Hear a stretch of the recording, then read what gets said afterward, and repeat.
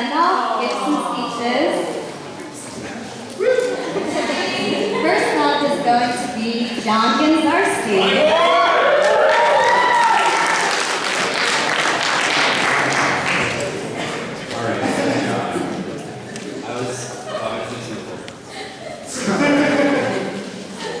I was specifically excited for John to get in the group when he did, because John, as I remembered this past week, was the person that convinced me to try for an acapella group in the first place.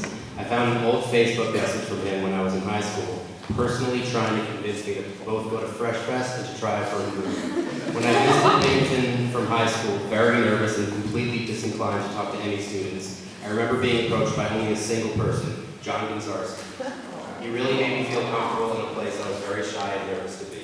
He was just a normal guy doing normal social things. I could do it too. First, he reminded me that he actually grew up in the same neighborhood. He was friends with my cousins, and we would often be there at the same time on the weekends, unaware of each other, playing basketball on different sides of the pavement or something. From not much more than John's in-person advice and Facebook messages, I ended up going to Fresh Fest and trying out for Kaskeset. Once in the group, John immediately fit in.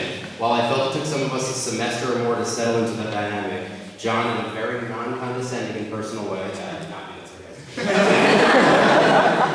made his opinions known and his presence feel important. Even as the newest member, he was the oldest, and we all listened to him when we spoke. Maybe it's because John was already much more involved with the Jewish community than many of us, but I always felt John had a greater agenda in mind. Things he wanted to get done in the community, group formulas he wanted to restructure or reimagine.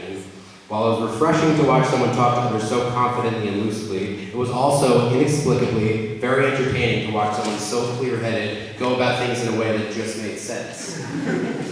John had me in peals of laughter one day during sectionals when he described in too much detail the proper gas compensation for drivers going to and from DC. Each driver must fill up at certain times, keep certain receipts, etc., etc.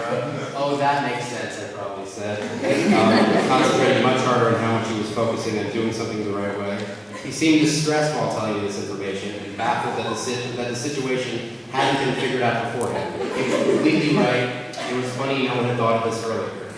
We all got to know and love John as the driver of our big white van during tours this past year. On the first day of tour, when we were considering renting another car to fit our insane amount of luggage, John figured out a way when nobody else could to fit 16 people's luggage in one row so the other 10 of us could squish in behind it. Every time we packed and unpacked the car, John had to do it by himself because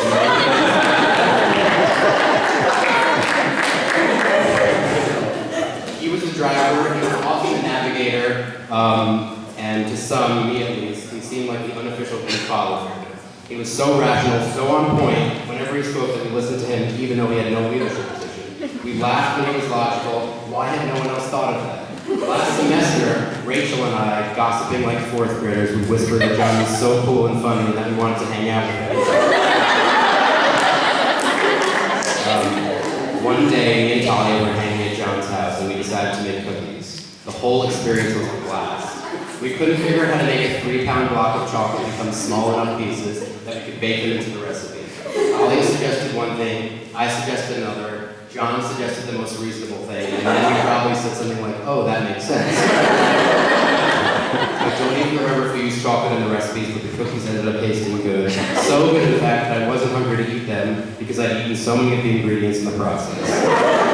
During baking, we had forgotten that we had sung together. We were talking about other things, laughing our socks off. John's Gmail profile picture is of him, head bowed, with his hand covering his face, in disbelief of something a clear-headed person like himself could easily fix or restructure.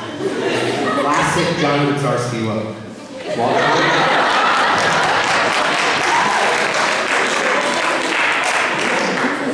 While John may often feel up in arms about something he knows better, we just find him and his approach endlessly entertaining, and when we get past the laughter, we also know him to be the constant voice of reason, someone to turn to when there is no one left to write any cricket shit.